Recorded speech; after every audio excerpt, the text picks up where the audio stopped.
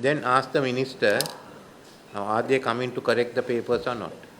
Why can't you mark it with all the teachers that are available? Look, if they don't come, they don't come. That's not an answer I can give in parliament. No, I'm asking you, give me an answer that I can tell the country and parliament. Now, if it's marked by the teachers and not marked by the dons, what happens? Any minister has now said there's a political force behind it.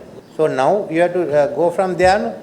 If the FUTA says they are not a political force, then it gets dragged on some more. So you have come toward this thing. One is, I am thinking of making education, especially examinations, a compulsory service. Others can shout. In the country, it will be the most popular thing.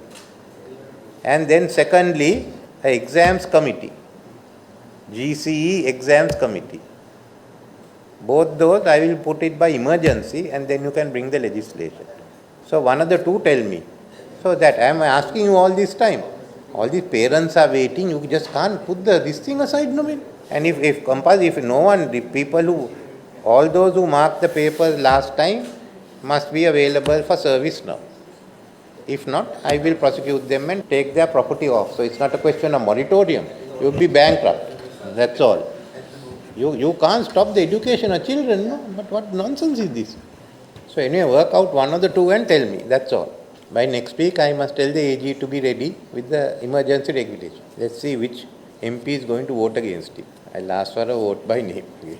So tell them these are the two options. If you don't come back and you want to have a confrontation, you are willing to come for the confrontation. But no one is going to hold the education of children as hostage. That I am not allowing. That can't be allowed. Look, that labour law will come late and forget the labour law. Don't worry of those. I want to start the exams and the schools. So don't talk to me about the labour law, that will come later. You all must come up to the solution end of this week. If you don't have one, I will take it up in cabinet and then we will decide what to do. Speak to the minister, then we'll have a meeting this week and decide. But now the minister has also made a statement. We can't go back on it and we can only go forward. Now how many schools have internet? A-level and O-level schools. 4,600. Then with this, it will be 5,600. That is only 50%. Then there are how many more A-level schools without internet? So we must ensure all the A-level schools have internet, whether it comes from the TRC budget or our budget or anything. And then we'll look at the O-level schools. But at least all the A-level schools in the next 2 years must be on the internet. Foreign scholarships for A-level qualified students. Then I want to have something more for people who pass out from Sri Lankan universities annually. At least one scholarship, doctorate, every year we have to give. At Oxford, one at Cambridge, one at MIT, one at Harvard. Later on we can increase. But we have to find the money. Annually they go. Harvard. You all have to select the numbers from the Sri Lankan universities, not only state ones, but even SLIIT and others who grant their own degrees. We send them. It's mainly going to be on at least 3 of them.